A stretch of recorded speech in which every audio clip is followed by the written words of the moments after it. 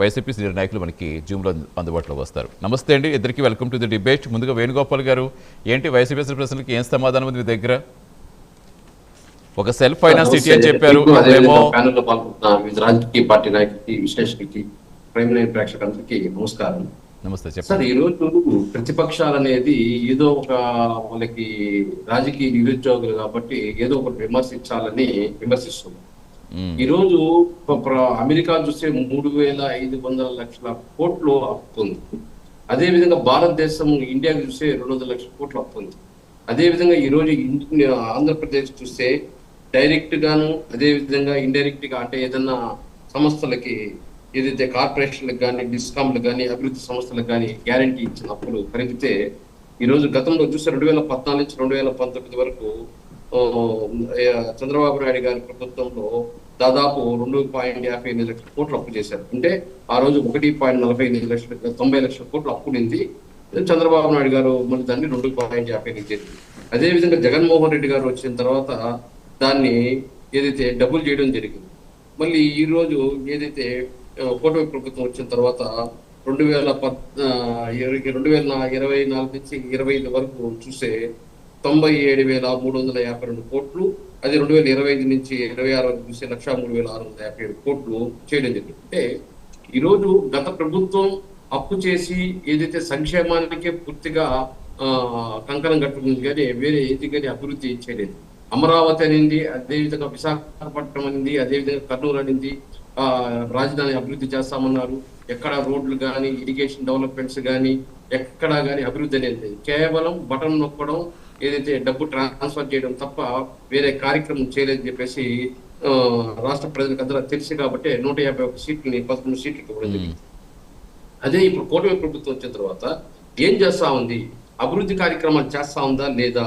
ఈ రోజు రాజధాని అమరావతి నిర్మాణానికి 6,000 కోట్లు ఇవ్వడము, విద్యుత్ రంగానికి 13,900 కోట్లు ఇవ్వడము, రోడ్లు పోర్టులకి 13,540 కోట్లు ఇవ్వడము, పరిశ్రమలకు ఎంఎస్ఎంఈలకు 3,120 కోట్లు ఇవ్వడము, సర్దుబాటుకి ఇట్లా చెప్పుకుంటూ పోతే ఎన్నో ఉన్నాయి. ఇప్పుడు ఓన్లీ అమరావతే కాదు, ఈరోజు విశాఖ ఆర్థిక ప్రాంతానికి ఏదైతే 10 జిల్లాలకు కలిపి 28,000 కోట్లు ఇవ్వడం జరిగింది. 9 జిల్లాలు అమరావతికి ఆర్థిక సహాయం చేయడం, రాయలసీమ గ్లోబల్ హార్టికల్ 30,000 కోట్లు, ఇట్లా పాఠశాల విద్యకు 32,305 కోట్లు, అదే వ్యవసాయానికి అనుభూత రంగాలకు 13,598 కోట్లు. ఈ రోజు అభివృద్ధి జరుగుతా ఉంది, సంక్షేమం జరుగుతా ఉంది. అదే విధంగా రెండుకు వచ్చి అభివృద్ధి సంక్షేమం రెండుగా ప్రభుత్వం, కూటమి ప్రభుత్వంతో ముందుకు నడిపించడం జరుగుతుంది. గతంలో అంటే అమరావతి పేరుతో భారీగా అప్పులు తెచ్చి రాష్ట్ర ప్రజలను మోసం చేస్తారని ప్రధానంగా వారు చెప్తున్నారు. సార్, అమరావతి పేరుతో భారీగా అప్పులు చేయడం లేదు. అది ఒక అభివృద్ధి సంస్థ, దాని ద్వారా అప్పులు చేస్తారు. దానికి అప్పులు తీర్చుకునేదానికి ఇప్పుడు మనం ఏదన్నా డెవలప్ అవ్వాలంటే ఖచ్చితంగా ఇప్పుడు సంక్షేమానికి ఒకటే కాదు, సంక్షేమంతో కూడా అభివృద్ధి కూడా చేయాలి. అభివృద్ధి చేయాలంటే మనకు ఏదైతే లోటు బడ్జెట్ తో మనం ఏదైతే మనకు రాష్ట్ర విభజన అప్పటి నుంచి మనం లోటు బడ్జెట్ లోనే ఉన్నాము. అదే విధంగా మనం ఏమిటంటే ఈ రోజు ఏదన్నా అమరావతి కానీ, లేదా ఇండస్ట్రీస్ కానీ, లేదా రోడ్లు కానీ, అదే పోర్ట్లు, ఎయిర్పోర్ట్లు కానీ ఇట్లా డెవలప్ చేసుకుంటేనే, అప్పు చేసుకుంటేనే రేపు రెవెన్యూ వస్తుంది.